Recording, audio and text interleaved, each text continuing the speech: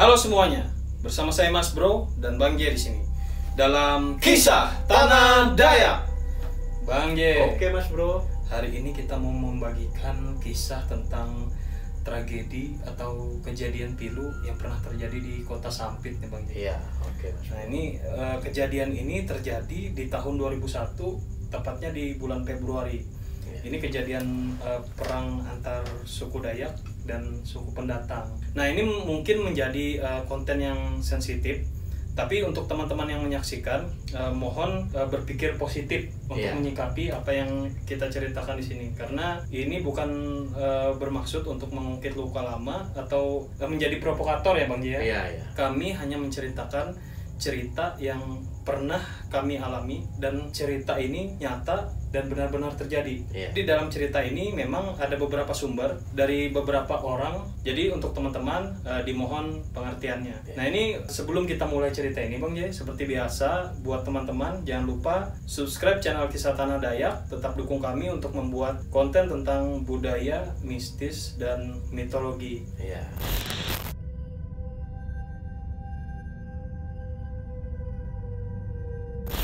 Nah ini Bang J, kita langsung aja masuk ke dalam pembahasan kita kali ini.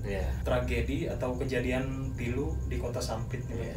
Ini dimulai dari pertanda-pertanda dulu kayaknya Bang J, karena Bang J ada cerita katanya tentang pertanda ini. Dan kata Bang J sempat juga bertemu sosok Panglima Burung yang memberikan pertanda itu. Benar sekali Mas. Nah ini bisa langsung diceritakan aja nih Bang J, gimana ceritanya? Oke Mas Bro. Jadi tegang ini Mas Bro, tegang dulu menceritakan. Soalnya saya memang benar-benar merasakan kejadian itu sangat luar biasa sekali menurut saya ya. Karena memang bertemu sosok Panglima Burung. Jadi pertanda itu diberikan oleh Panglima Burung itu, kejadian itu kalau nggak salah itu di tahun 2000 Mas Bro. Jadi saya ingat sekali kisah ini ya Mas Bro ya. Waktu itu di tahun 2000 itu kebetulan saya sekolah di salah satu desa di Katingan, kebetulan libur. Jadi saya pulang ke kota saya. Jadi ketika pulang ke kota saya ini punya kebiasaan untuk bertamu ke rumah kakek saya.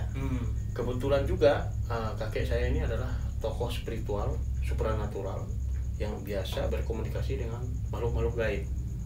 Jadi pada waktu itu saya bertandang ke rumah kakek saya itu, saya membawa 2 orang teman saya. Nah, kebetulan 2 orang teman saya ini yang saya ceritakan ini Mas Bro, 1 orang teman saya ini sudah almarhum dan yang satunya sekarang itu gila Mas Bro.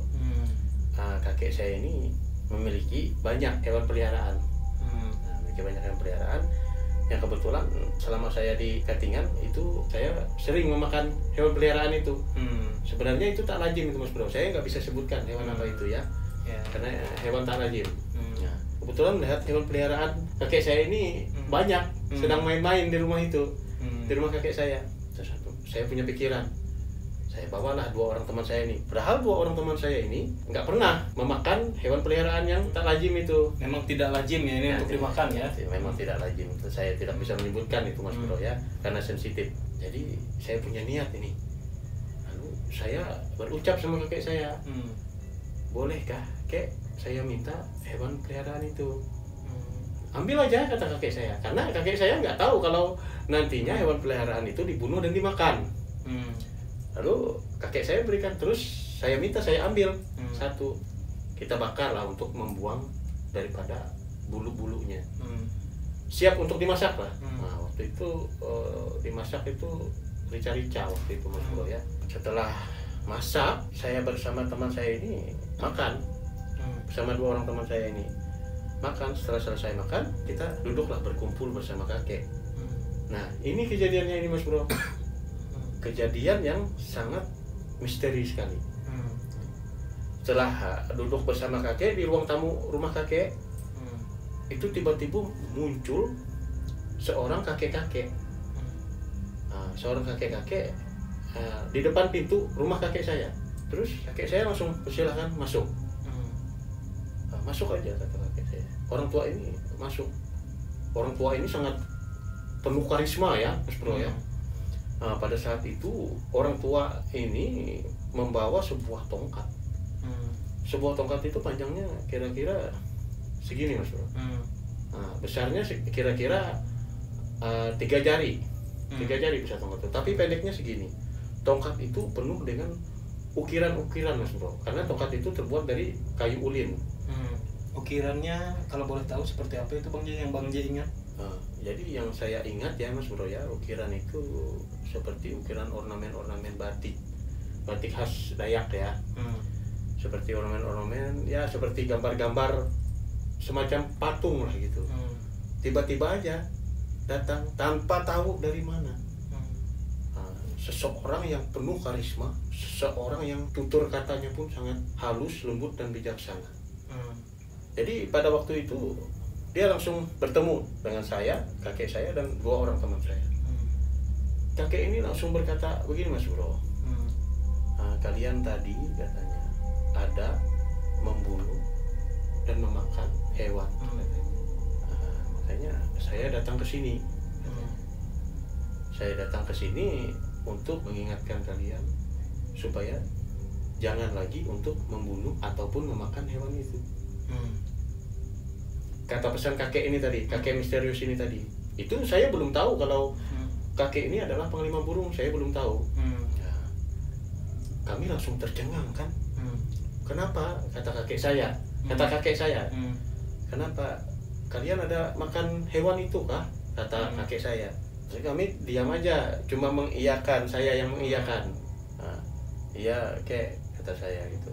Kami juga bingung, kok kenapa kakek misterius ini kok bisa tahu? Itu loh. Jadi kakek saya pun meminta maaf kepada kakek misterius ini. Ya, terus kami dikasih nasihat supaya nggak lagi membunuh hewan itu dan memakannya. Nah, bahkan kakek saya pun dimintain kertas, kalau ada 2 kertas katanya. Kebetulan kakek saya ini memang ada banyak menyimpan kertas folio ya. Nah, lalu dikasih kakek saya lah kertas 2 lembar. Terus kakek misterius ini entah dari mana ya Mas Bro ya, kakek misterius ini memiliki spidol merah sama spidol hitam. Entah dari mana. Terus yang kertas yang 1 lembar kertas itu dicoret pakai spidol hitam. Itu kayak benang kusut Mas Bro. Kayak benang kusut ya? Kayak benang kusut. Berarti tidak beraturan? Iya, coretan di atas kertas itu dicoret kayak benang kusut. Nah, setelah penuh di kertas 1 lembar kertas ini yang warna hitam, terus lembar kertas yang 1 juga dicoret tapi pakai spidol warna merah. Dicoret juga kayak benang kusut. Waktu itu setelah selesai dan itu diberikan kepada kakek saya. Kata kakek misterius ini kepada kakek saya, ini 2 lembar kertas ini kamu tempelkan di dinding rumah kamu, katanya sama kakek saya. Ditempel berjajar, sejajar sama katanya. Nah, ini coretan ini adalah sebuah tanda, katanya sama kakek saya. Tanda itu yaitu akan terjadi sebuah perang besar. Dia mengatakan seperti itu ya? Sebuah perang besar katanya. Waktu itu kita tidak tahu ya mau terjadi perang apa itu ya? Iya, nggak tahu Mas Bro. Sama sekali nggak ada pikiran mungkin ke tragedi yang terjadi di Sampit ya. Waktu itu ya. Jadi tapi pesan dari kakek misterius ini, panglima burung ini, ya seperti itu. Makanya diberikan 1 lembar yang warna hitam dan 1 lembar lagi berwarna merah.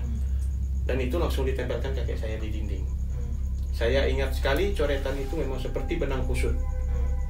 Nah, setelah itu kakek misterius ini permisi untuk pulang Mas Bro. Setelah memberi pesan kepada saya, kepada teman-teman saya, kepada kakek saya, dia permisi pulang, turun dari rumah kakek saya.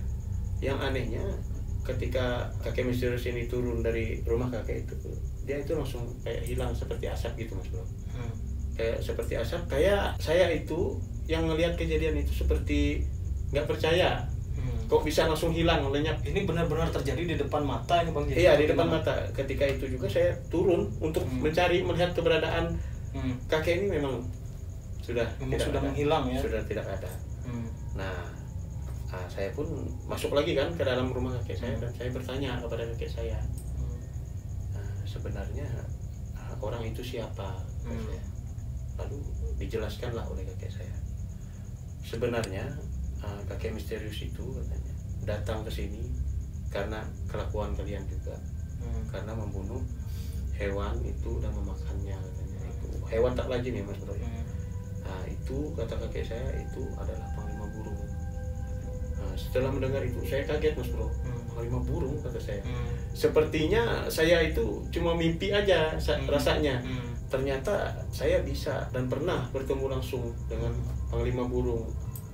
Nah, Panglima burung ini orangnya sangat berwibawa sekali Mas Bro. Memang dari tutur katanya, dari apapun yang diucapkan itu mengandung makna. Mengandung makna Mas Bro. Sebenarnya kalau kita melihat itu seperti orang biasa aja Mas Bro. Seperti orang yang nggak sakti gitu. Oh ternyata orang yang sakti itu memang tak terlihat. Dia selalu merendah ya Bang ya. Selalu merendah Mas Bro. Nah itu setelah bertemu Panglima burung tadi diberi tanda itu, bahkan kejadian itu ya tanda yang di kertas coretan itu kami tidak tahu pada saat itu. Kami tidak tahu peperangan seperti apa nanti yang akan terjadi ya. Ya bahkan ini kenapa di kertas satu warna hitam, bahkan di satu kertas warna merah. Nah Mas Bro ya, jadi sebenarnya baru terpikir setelah lama ya, setelah kejadian tragedi Pilu di Sampit ya. Begini Mas Bro ya, karena menangkap dari pertanda-pertanda itu seperti coretan berwarna hitam dan coretan berwarna merah itu menggambarkan sebuah kekalutan yang terjadi. Dan ada yang warna merah juga kan, itu seperti ribut rusuh. Seperti rusuh dan itu menggambarkan sebuah suku Mas Bro. Kalau setelah lama ya terpikir ya bahwa yang hitam itu suku etnis pendatang, yang merah itu suku Dayak. Nah itu Mas Bro, itu adalah sebuah pertanda besar dan merupakan pengalaman pribadi saya secara langsung bertemu dengan sosok Panglima burung. Oke Bang Jaya, ini seru sekali ini ceritanya ya Bang Jaya.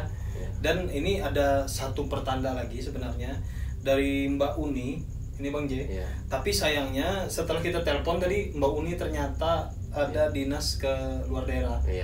Nah tapi sempat kita ditelepon, kita berbicara dan dia menceritakan tentang pertanda sebelum terjadi ini ya, sebelum terjadi kejadian Pilu di Sampit.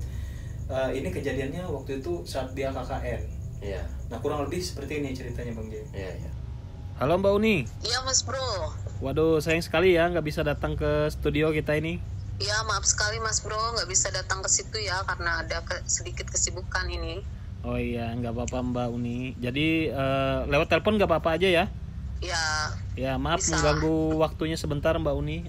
Ini kan Mbak Uni katanya punya cerita ini tentang pertanda-pertanda sebelum terjadi kerusuhan di Sampit ini katanya Mbak Uni kemarin. Nah ini bisa diceritakan Mbak Uni ya secara singkatnya gimana itu pertanda-pertanda yang pernah Mbak Uni dan katanya teman KKN Mbak Uni merasakan hal-hal mistis lah seperti itu. Bisa langsung diceritakan Mbak Uni? Ya ada sedikit cerita Mas Bro, cuman karena kejadiannya terlalu lama jadi saya berusaha untuk mengingat kembali. Kejadian itu di tahun 2001 ya sekitar 20 tahun yang lalu lah, jadi memang sangat lama. Pada saat itu ada kegiatan kampus yaitu KKN ya, kebetulan kita ditempatkan di salah satu desa di Kecamatan Bukit Batu. Waktu itu ada ditempatkan 3 atau sampai 4 kelompok lah di desa tersebut. Desa tersebut sebenarnya masih jarang penduduknya, terus di pinggiran desa tersebut masih banyak hutan-hutan lah. Jadi memang waktu itu penduduknya belum sebanyak yang seperti yang sekarang gitu. Jadi saat kita hari pertama itu tiba di lokasi, kita bertemu dengan perangkat desanya, kemudian kita ditempatkan di pondok yang masih merupakan milik warga sekitar lah. Singkat ceritanya kita merencanakan program kegiatan, program kerja, apa yang akan kita lakukan selama kita KKN di desa tersebut. Kemudian karena kita berdiskusi sampai larut malam, akhirnya kita kelelahan dan kemudian kita beristirahat. Entah itu tinggi malam atau menjelang subuh ya. Ada teman KKN juga ini, katanya dia mendengarkan suara jeritan. Mendengar suara jeritan itu jauh sekali, terdengar sayup-sayup. Ya jeritan itu seperti merintih, tapi dia dengan suara yang seperti merintih kesakitan. Cuman terdengar sayup-sayup, tapi arahnya itu di arah hutan gitu. Di pinggiran desa itu kan ada hutan-hutan di situ. Oh iya. Jadi arahnya tuh seperti di situ. Tapi dia masih agak ragu, bener nggak sih itu jeritan seseorang, karena itu seperti jeritan seorang wanita gitu. Tapi dia agak ragu karena ya mungkin saja itu kayak semilir angin yang menyerupai jeritan seseorang gitu kan. Jadi besoknya kita tiba-tiba mendengar kabar bahwa ada pecah kerusuhan di Sampit gitu ya. Ya kita kaget juga waktu itu. Tunggu sebentar Mbak Uni. Berarti iya? KKN-nya Mbak Uni ini sehari sebelum kerusuhan ya kejadiannya? Iya, sehari sebelum kerusuhan. Pada waktu kita berangkat itu kita belum tahu sebenarnya, tapi tiba-tiba besoknya itu ada kabar bahwa ada kerusuhan di Sampit gitu. Itu memang membuat kaget juga, dan rasanya itu karena itu berupa kerusuhan etnis, jadi itu sedikit mencekam lah, membuat desa itu sedikit mencekam. Kemudian saat itu beberapa warga berinisiatif untuk berjaga-jaga, dibantu juga oleh para mahasiswa KKN. Nah kemudian saat berkumpul-kumpul dengan warga, tiba-tiba teman aku ngomong, tadi malam saya seperti ada mendengar jeritan, katanya kan, mendengar jeritan di pinggiran desa, terutama yang ada hutan-hutannya itu gitu, di hutan di pinggir desa gitu kan. Pokoknya arahnya di situ, kata temanku kan. Dia seperti mendengar jeritan gitu. Tiba-tiba warga desa kan, oh bener ya mendengar ini jeritan, katanya. Memang biasanya kalau di hutan di pinggir desa itu memang sedikit angker gitu, kata warga di situ. Jadi katanya kalau ada kejadian-kejadian berdarah, biasanya akan terdengar seperti suara jeritan gitu di situ. Itu seperti suatu pertanda. Seperti suatu pertanda ya buat mereka ya. Iya. Iya. Jadi mereka berpikir bahwa jeritan itu mungkin itu suatu pertanda tentang pecahnya kerusuhan di Sampit. Nah, pada akhirnya besoknya kan kita akhirnya dijemput dengan bis-bis kan, dijemput dengan bis-bis, dan akhirnya di sepanjang jalan itu kita bisa melihat bahwa banyak sekali etnis tertentu ya yang dievakuasi dari Sampit itu menuju kota saat kita berbalik itu. Jadi sebenarnya kita kaget dengan situasi seperti itu, dan ini rasanya benar-benar saat itu suasananya cukup mencekam ya, karena benar-benar terjadi kerusuhan gitu. Iya. Jadi kita memang benar-benar melihat bagaimana truk-truk yang mengangkut warga-warga yang dievakuasi ini dari Sampit. Begitu Mas Bro ceritanya. Oke Mbak Uni, terima kasih ya Mbak Uni ya udah bersiap meluangkan waktunya untuk kita. Dan iya, sama-sama Mas Bro. Dan saya dan Bang J juga meminta maaf udah mengganggu waktunya Mbak Uni nih. Iya, nggak apa-apa saja Mas Bro. Salam juga untuk Bang J ya. Iya. Terima kasih ya Mbak Uni ya. Iya, sama-sama. Nah itu Bang J, kurang lebih sedikitnya pembicaraan tadi dengan Mbak Uni. Iya. Nah itu terjadi pada saat mereka KKN. Saya juga beberapa waktu lalu bertemu dengan Bang Apri. Jadi Bang Apri ini pernah kita undang ke Kisah Tanah Dayak. Iya, benar sekali. Untuk menceritakan tentang pengalaman berburu seperti waktu itu. Nah Bang Apri ini kebetulan pada saat itu juga sedang menjalani masa KKN juga. Iya. Nah lebih tepatnya di desa Tahai. Jadi desa Tahai itu kurang lebih itu 30 menit lah dari kota Palangkaraya. Nah, katanya waktu itu pada saat perang pecah ya. Iya. Perang waktu itu di Sampit pecah. Katanya jadi mereka itu waktu itu sedang KKN di Tahai. Memang ada desas-desus kalau Sampit itu sudah dikuasai oleh pendatang pada saat itu. Jadi untuk menjaga keamanan mahasiswa-mahasiswa KKN ini, mereka Bang Apri ini dipulangkanlah dengan menggunakan bis. Dipulangkan kembali ke kota Palangkaraya. Karena mendengar isu. Ya, isu ada peperangan itu pecah sudah di Sampit katanya. Nah, ini saat mereka pulang menuju arah Palangkaraya. Ya kata Bang Apri ya, yang melihat pada saat itu kota Palangkaraya itu dipenuhi dengan asap katanya. Dan di kota Palangkaraya dan banyak sekali rumah rumah-rumah yang ya mohon maaf ini buat teman-teman, rumah-rumah itu ya dibakar. Jadi banyak sekali katanya TNI, Polri yang ke arah Sampit, yang berangkat ke arah Sampit, mungkin untuk pengamanan di sana ya. Nah itu mereka langsung diungsikan katanya. Itu mulai terjadi yang namanya sweeping. Jadi setiap orang itu ditanyakan itu. Kebetulan karena mereka mahasiswa, jadi diperbolehkan lewat. Memang ada beberapa orang yang ditahan juga, mungkin karena tidak bisa menunjukkan identitas pada saat itu. Kata Bang Apri, saat mereka berangkat itu keadaan kota Palangkaraya itu katanya tenang-tenang saja, dan ketika mereka pulang kota Palangkaraya itu berubah, itu mencekam karena banyak rumah-rumah yang memang terbakar itu Bang. Nah itu yang terjadi pada saat mulai terjadi konflik. Nah ini kita masuk ke bagian cerita konflik.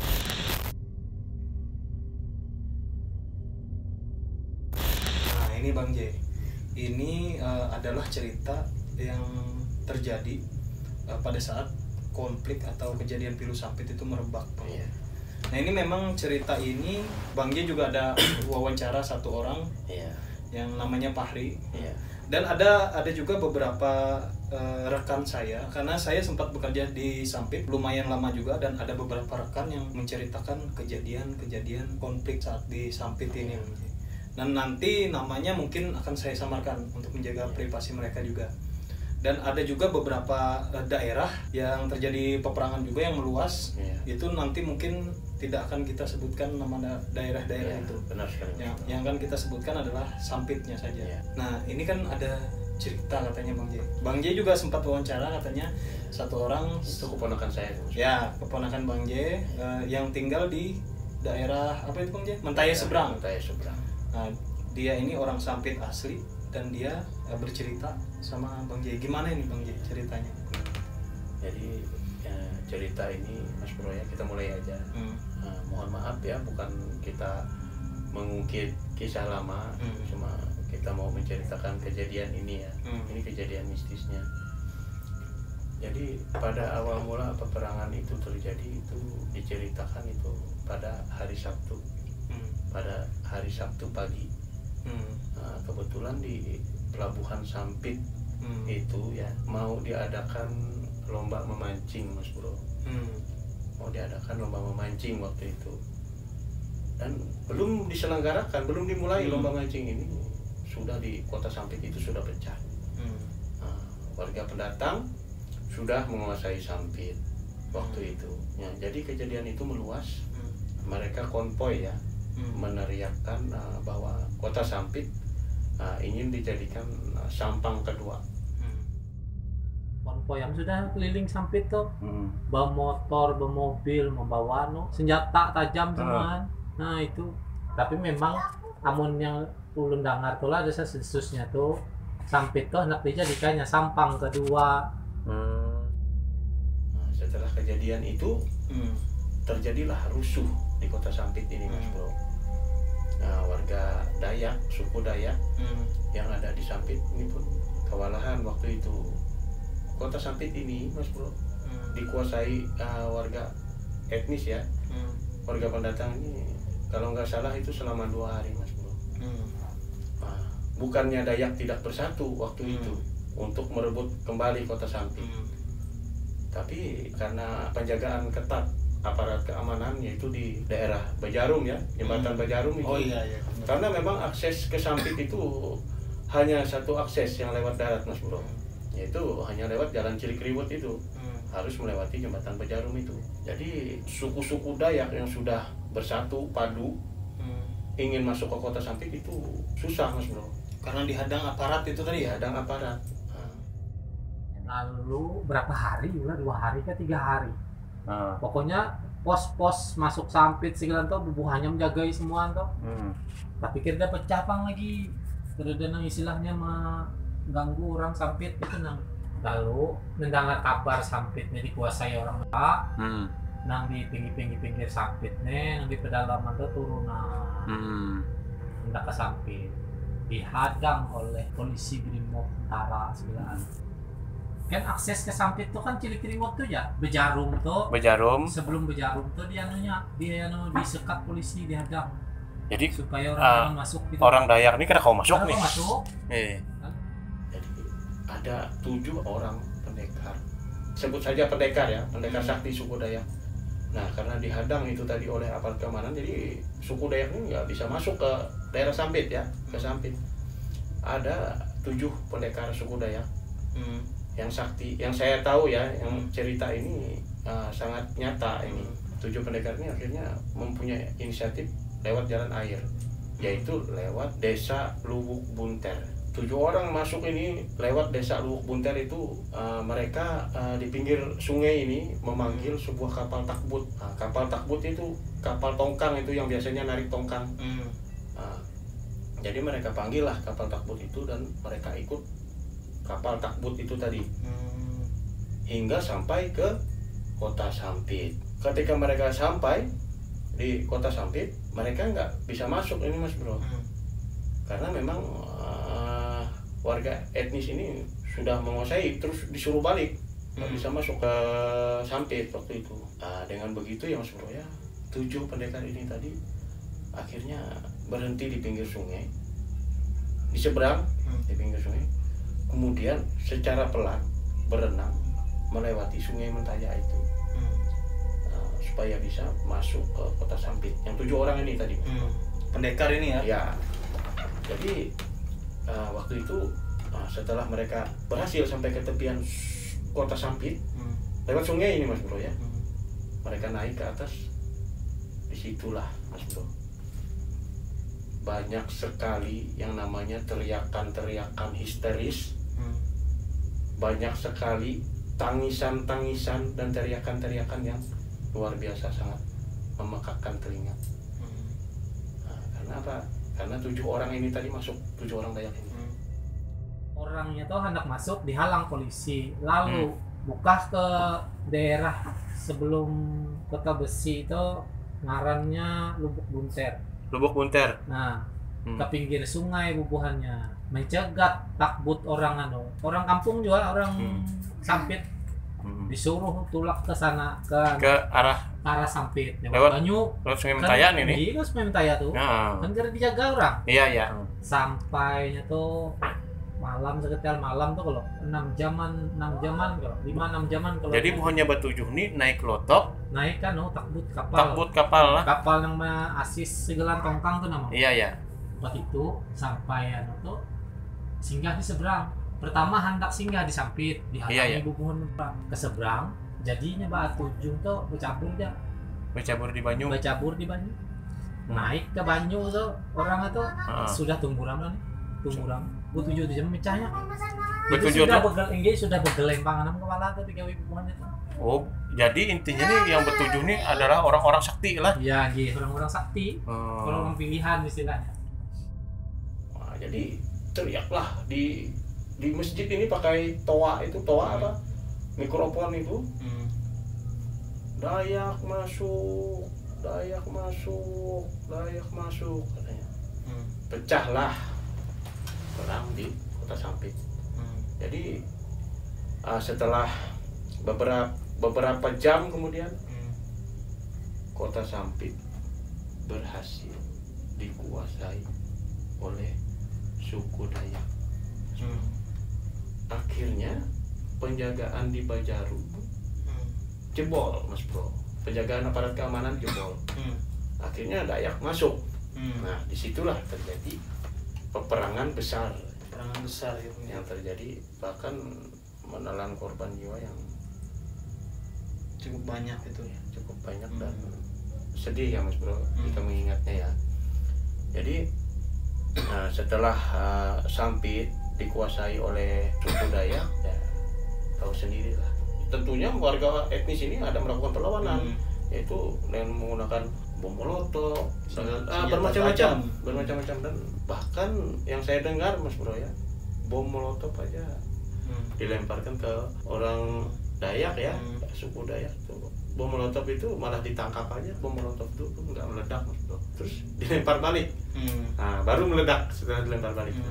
Sangat banyak sekali kejadian-kejadian mistisnya Mas Bro. Jadi bahkan waktu itu ya, yang saya tahu di kota Sampit ini seperti diselimuti oleh roh-roh para leluhur. Bahkan Mas Bro ya, cerita si Pak Hari itu anak kecil sekalipun, jika warga etnis pun menebas anak kecil sekalipun, itu anak kecil itu kebal Mas Bro. Ya itu makanya Sampit itu diselimuti roh leluhur. Kenapa kan tidak orang Sampit atau orang Banjar yang dibunuh orang Madura kisahnya tuh? Karena Sampit itu waktu itu kan mistisnya tuh Mas. Iya. Sudah mereka dilindungi oleh Pangkalima anu ini tadi. Jadi misalnya buahnya nih lah anak membunuh kanakan nih. Ini Kada kawa? Itu ulun dapat info itu tuh dari ayah. Oh iyalah. Dan ulun membuktikan, ulun kan umpat mandi nih. Asal umpat hatang dia nih. Iya. Umpat juga kalau suruh orang makan talu. Habis itu ditimpas. Makan talu aja. Ini makan talu aja timpas orang kada luka ulun. Kada luka. Iyalah. Oh itu. Ditimpas digayat kada luka. Iyalah. Gitu. Ikam seorang lah. Ulun bisa lah pengen tabuk. Nanti orang asal ini jena bisa berang toh. Ini memang ulun ini kan memang kada anti mangga gitu tuh mang bisa tapi suruh ayah tulak ayo jatulak itu kada apa jadi sidin.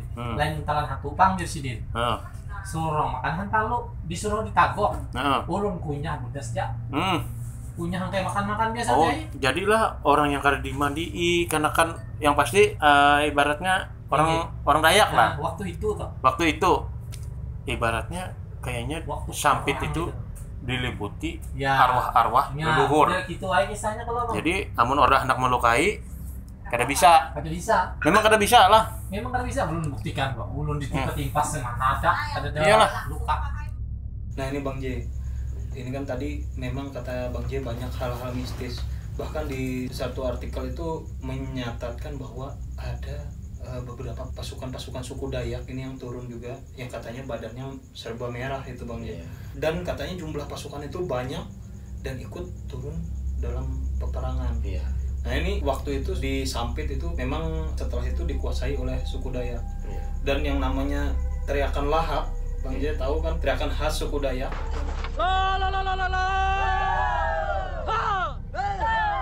Nah itu sangat sering sekali terdengar di kota itu. Dan itu kalau kata orang sih mengandung unsur magis itu, membangkitkan semangat perang bagi orang-orang suku Dayak. Nah ini Bang J, perang Sampit kan sudah mulai pecah nih. Tentunya merembet ke beberapa daerah.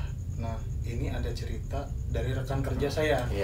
Dari rekan kerja saya, dia menceritakan pada saat itu dia mengerjakan sebuah proyek di salah satu desa yang tidak bisa saya sebutkan karena mungkin ini sangat sensitif ya.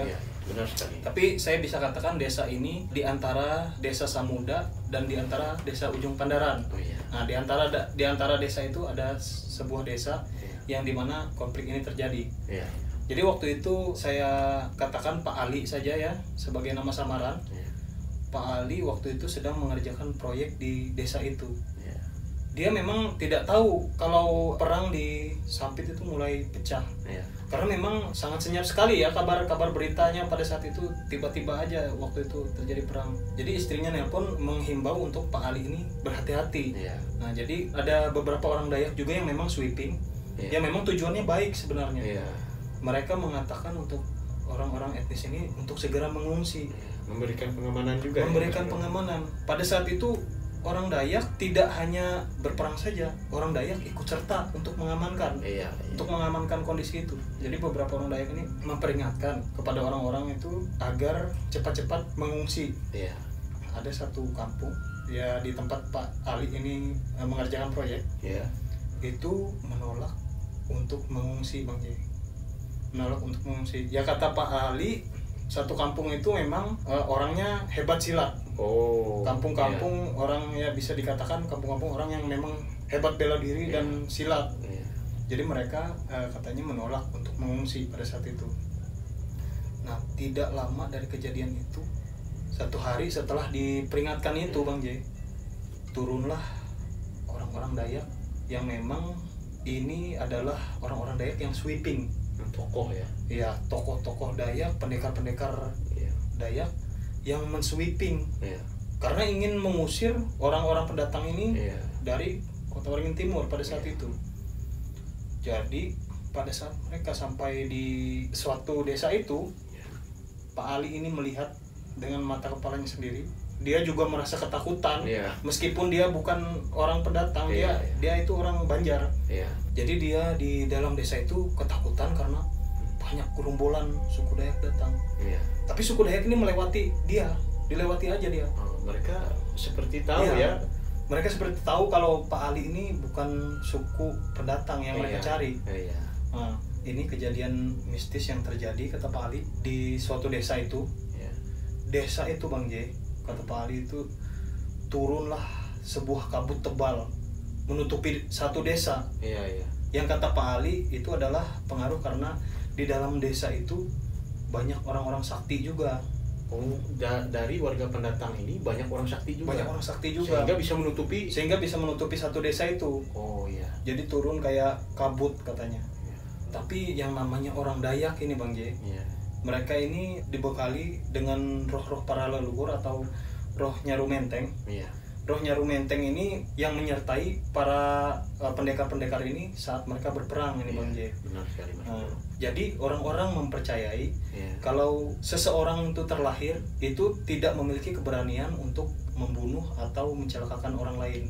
Namun ketika roh ini dipanggil dan roh ini menyertai orang-orang yang ingin berperang itu tadi, mereka mempunyai kekuatan untuk berperang, termasuk Bang J bisa mencium bau dari musuh mereka sendiri. Nah, kalau kata orang Dayak, Ngaju itu bisa membewau katanya. Bisa mencium bau-bau musuhnya.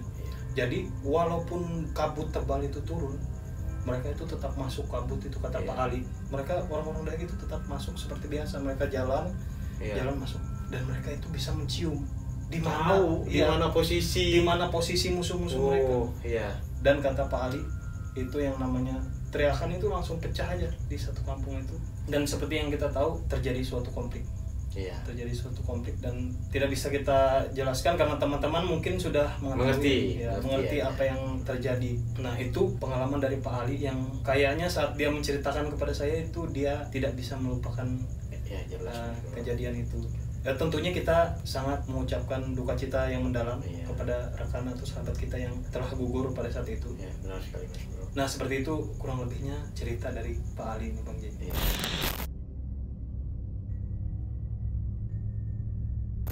Nah, ini Bang J, ada lagi satu pengalaman dan cerita ini sempat viral juga pada saat Perang Sampit. Ini cerita tentang Mandau Terbang. Nah, ini cerita kebetulan dari pengalaman dari Bang Yus ya, teman kerja saya. Dan pada saat itu dia kira-kira remaja atau SMA. Nah, dia itu orang Sampit asli. Bang Yus ini orang Sampit asli. Dan pada saat kerusuhan dia memang menyaksikan katanya kejadian-kejadian nyata perang yang ada di Sampit. Yang dimana, ini mohon maaf ya, kepala dari orang-orang pendatang itu yang terlepas dengan sendirinya. Kepala orang-orang pendatang ini terlepas dengan sendirinya. Ini yang diyakini orang ini adalah pekerjaan dari Mandau Terbang. Jadi Mandau Terbang ini sangat dipercayai suku Dayak ada saat peperangan Sampit itu terjadi. Ciri-cirinya kata Bang Yus, orang yang terkena Mandau Terbang ini jasadnya itu nggak ada darahnya. Darahnya itu kayak dimakan oleh Mandau Terbang itu. Nah, itu kata Bang Yus, mohon maaf nih banyak mayat-mayat yang berkelimpangan di kota Sampit yang darahnya itu bahkan nggak berceceran kayak kata orang itu. Kalau ya kita tahu namanya pembunuhan, darah pasti di mana-mana. Nah, kata Bang Yus ini yang dia lihat itu darah itu tidak seperti yang darah berceceran itu. Dan atmosfer kota Sampit pada saat itu meskipun terik matahari itu rasanya hawanya berbeda sekali itu Bang J. Memang begitu Mas Bro. Pada saat perang itu. Nah, itu ya kejadian yang pernah dialami Bang Yus. Ya kayak kalau masalah-masalah tentang peperangan ya secara umum ya, itu Bang Yus katanya melihat yang namanya orang konvoy, yang namanya orang pawai membawa organ-organ manusia. Itu sangat sering sekali terjadi. Dan itu sebenarnya bukan suatu kebanggaan ya Bang J ya. Ya, itu bukan suatu kebanggaan, tapi dari sini kita belajar seperti peribahasa itu Bang J. Di mana bumi dipijak, disitulah langit dijunjung. Itu itu falsafahnya. Ya, falsafah kehidupan yang bisa kita pelajari dari itu. Itu pengalaman Bang Yus. Tentunya setiap pengalaman seseorang berbeda-beda nih tentang yang namanya mandau terbang, yang namanya konflik ini tentunya berbeda-beda. Nah, selain mandau terbang ini Bang Jaya, ini ada juga yang ramai dibicarakan adalah tentang panglima api atau api-api gaib yang membakar-bakar rumah. Iya, benar sekali itu Mas. Sang pendatang. Nah, untuk lebih jelasnya kita lihat dulu data-data yang ada. Nah, ini data-data rumah-rumah yang dibakar Bang Jay. Nah, data-data ini adalah data-data valid dari beberapa sumber yang memang mencantumkan beberapa rumah yang dibakar. Nah, itu tadi data-datanya, dan memang betul ada kejadian pembakaran rumah-rumah benar sekali etnis pendatang ya, dan banyak rumah etnis pendatang yang dibakar. Situ tuh yang kami yang belum lihat yang agak uniknya tuh jadi kebakaran kalau dari ujung Bamang Sampit kan Ketapang kalau Mang. Dari ujung Bamang sampai ujung Ketapang sana. Mereka begiliran. Iyalah, kayak begiliran. Tingginya membadam rumah-rumah orang. Dengan itu tuh dengan kekuatan supranatural atau apa? Soalnya di sebelah ini kan ada rumah orang kita juga. Bisa kena apa?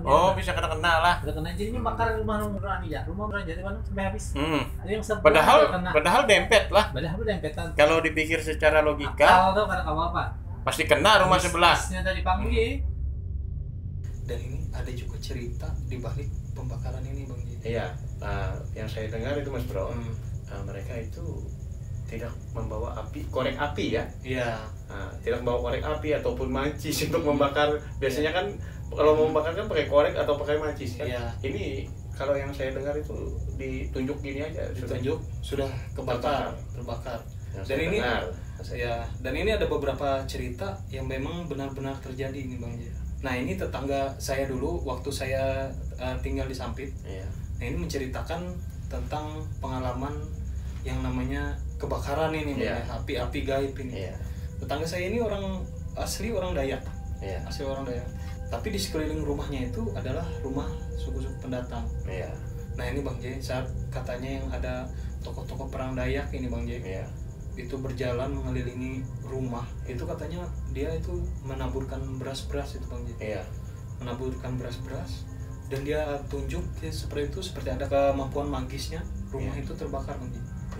Dan yang anehnya rumah orang Dayak ini yang di tengah-tengah itu itu nggak kebakar Bang Jay. Tetangga saya ini katanya takut sekali katanya. Jadi dia sama anaknya di dalam karena tidak berani kan keluar karena di luar terjadi konflik juga. Jadi dia di dalam, katanya diperingatkan oleh orang itu di dalam aja nggak apa-apa katanya. Jadi rumah-rumah tetangganya itu terbakar aja itu Bang Jay. Tapi rumah anehnya secara mistis atau secara gaib rumah mereka itu tidak terbakar. Nah, ini Mas Bro. Ini kalau mendengar cerita Mas Bro tentang nggak terbakar secara gaib ya. Soalnya yang di sekitarnya terbakar. Ini ada lagi yang lebih ngeri lagi. Kalau kita bisa gambarkan sebuah barak ya. Sebuah barak atau kos ya. Kan itu satu atap aja Mas Bro. Satu atap Mas Bro. Jadi kebetulan barak itu berjumlah 6 pintu. Nah, di salah satu 6 pintu barak ini ada satu orang warga etnis yang tinggal di pintu yang tengah. Bayangkan Mas Bro, kita bisa membayangkan ya, di satu barak 6 pintu, yang lainnya warga Sampit, dan yang di tengah kamar tengah itu warga pendatang. Itu anehnya Mas Bro, datanglah mereka yang panglima pendekar ini, dengan menunjuk aja Bro, menunjuk ini aja, itu kamar barak si pendatang ini tadi hangus terbakar ya. Yang anehnya kamar kiri kanannya enggak terbakar, padahal di tengah-tengah posisinya. Kalau biasanya kan namanya barak kan terbakar satu ya terbakar semua. Secara otomatis aja, apalagi kalau barak yang ditempati oleh warga pendatang ini di tengah lagi posisinya. Secara logisnya itu sangat tidak mungkin, tidak masuk akal. Nah, tapi itulah salah satu kesaktian, dan mungkin cerita ini bermacam-macam ceritanya. Banyak. dan cerita ini memang banyak sekali. Banyak saya dengar dari beberapa orang, dan kebetulan memang saya juga mendengar cerita dari orangnya langsung. Seperti itu Bang J. Memang cerita ini Mas Bro beragam Mas Bro. Jadi kita mendengar dari satu orang Sampit ceritanya begini, cerita lagi satu orang Sampit begitu. Dan kejadian di Palangkaraya pun ada seperti itu katanya. Nah itu kalau kata orang, mereka menyebutnya itu Panglima Api itu Bang J. Tentunya membakar suatu perumahan itu bukanlah hal yang baik ya Bang J ya. Benar sekali Mas. Tapi apapun yang dilakukan suku Dayak pada saat itu pasti karena ada alasan tertentu. Nah ini kita masuk ke suasana kota nih Bang J.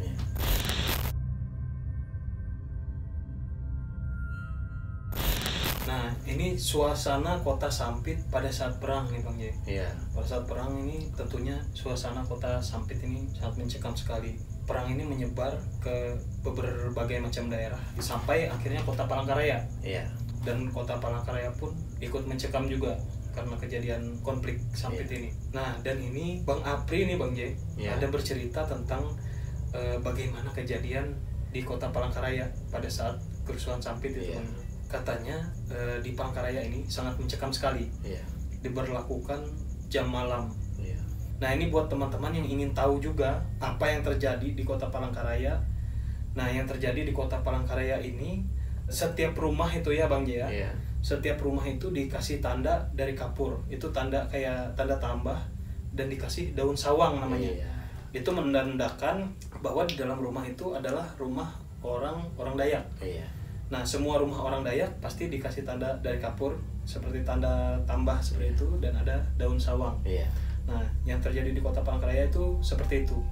Jadi banyak rumah itu ada daun sawangnya sama tanda itu. Nah, itu merupakan ciri khas ya. Ciri khas dari rumah orang Dayak pada saat peperangan itu sebagai tanda. Nah jadi kata Bang Apri, setiap jalan itu, setiap simpangan itu ada pos penjagaan. Benar sekali itu Mas Bro. Ingat kan Bang J? Dan keadaan pada malam itu sangat mencekam sekali. Sunyi mencekam Mas Bro. Sunyi dan mencekam. Nah itu satu-satunya untuk memberikan kode atau tanda bahaya itu dengan cara memukul gong atau memukul tiang listrik. Dan untuk menandakan jam juga Bang J pasti ingat, orang-orang memukul tiang listrik. Misalnya jam 9 dipukul 9 kali. Nah itu. Jadi pernah di suatu malam tiba-tiba penduduk di kota Palangkaraya ya, lebih tepatnya itu di komplek Bukit Hindu. Itu geger ya. Geger karena apa? Karena suara gong ini dibunyikan berkali-kali Bang J, dipukul dung seperti itu, dan orang-orang memukul tiang listrik. Jadinya itu suaranya itu membangunkan orang-orang di malam hari. Akhirnya beberapa orang Dayak langsung sweeping. Ada apa yang terjadi ya. Langsung beberapa orang-orang yang jaga ini tadi, pos ini tadi, itu perwakilan satu-satu mendatangi sumber lokasi suara. Ternyata ditemukan Bang J satu keluarga dari suku pendatang. Satu keluarga dari suku pendatang ini saat terjadi kerusuhan di Palangkaraya itu, saat terjadi perpecahan kerusuhan di Palangkaraya, mereka itu berlari ke hutan Bang J. Satu keluarga mereka lari ke hutan dan masuk ke dalam sungai dan menyusuri sungai itu. Nah sampai akhirnya tembus di sungai, kalau tidak salah saya di Pangaringan di Jalan Yosudarso kalau saya tidak salah ya. Nah, ditemukan di situ oleh orang Dayak. Jadi banyak orang Dayak yang ngumpul seperti itu. Tapi orang Dayak ini tidak membunuh Bang J. Mereka malah diselamatkan, disuruh naik ke atas karena mereka sebenarnya orang-orang baik juga. Mereka mungkin orang-orang yang kena imbas daripada kerusuhan itu. Mereka diangkat, segeralah dibawa oleh pihak keamanan untuk diamankan dan diungsikan. Nah itu setiap malam itu Bang J, sampai sepanjang tahun itu setiap malam itu mencekam, baik itu di kota Palangkaraya, di kota Sampit. karena ada isu-isu yang macam-macam lah merebak, bahwa ada katanya ada penyerangan balik dan segala macam. Dan orang menebar-nebar isu itu, ada juga yang untuk kepentingan politik dan segala macam. Dan itu yang membuat kondisi orang-orang Dayak itu tidak kondusif pada saat itu.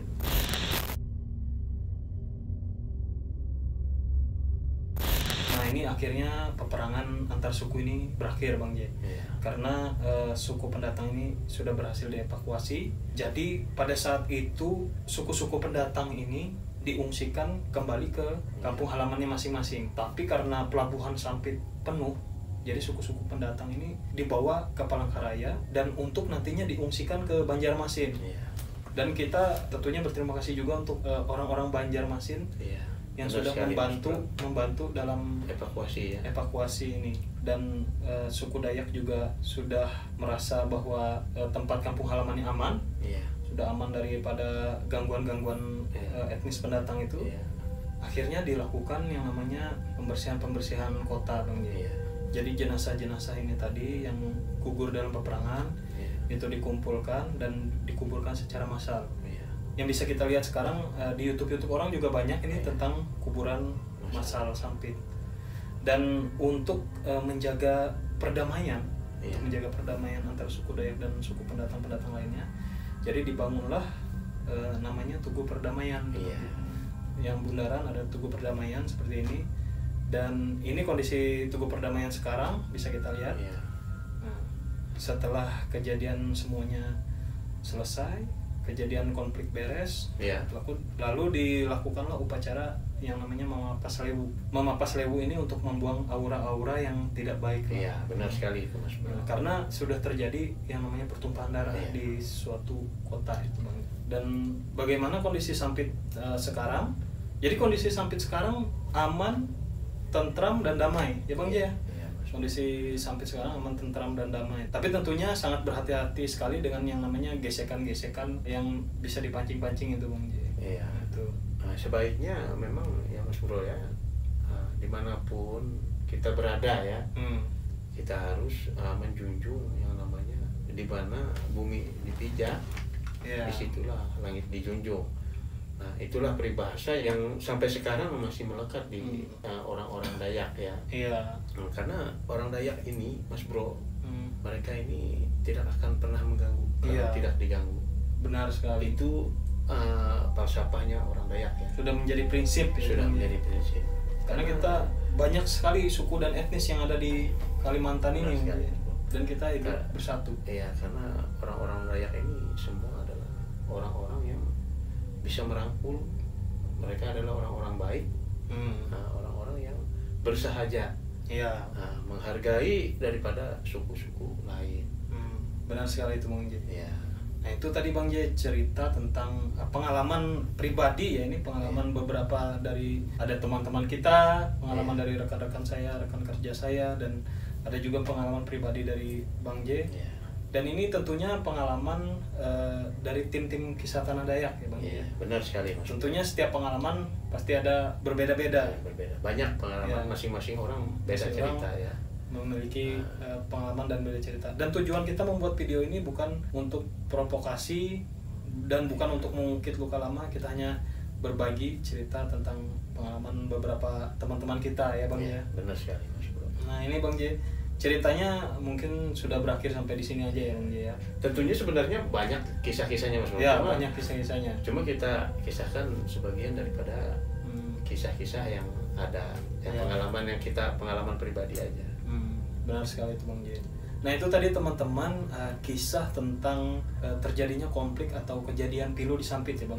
Benar sekali Mas Bro. Semoga teman-teman bisa berpikir positif setelah melihat atau setelah mendengarkan cerita ini. Ya kita ambil sisi positifnya, yang negatifnya kita buang saja ya Bang ya. Dan kita jangan terprovokasi untuk saling membenci antara suku yang A, suku B dan suku C. Semua kita ini adalah satu kesatuan ya Bang ya. Buat teman-teman yang suka video ini bisa klik like, bisa juga komen kalau teman-teman punya cerita atau pengalaman yang lebih luar biasa, bisa dituliskan di kolom komentar. Dan subscribe channel Kisah Tanah Dayak, tetap dukung kami untuk membuat konten tentang budaya, mistis, dan mitologi. Oke Bang J. Oke Mas Bro. Tetap bersama kami dalam Kisah Tanah Dayak.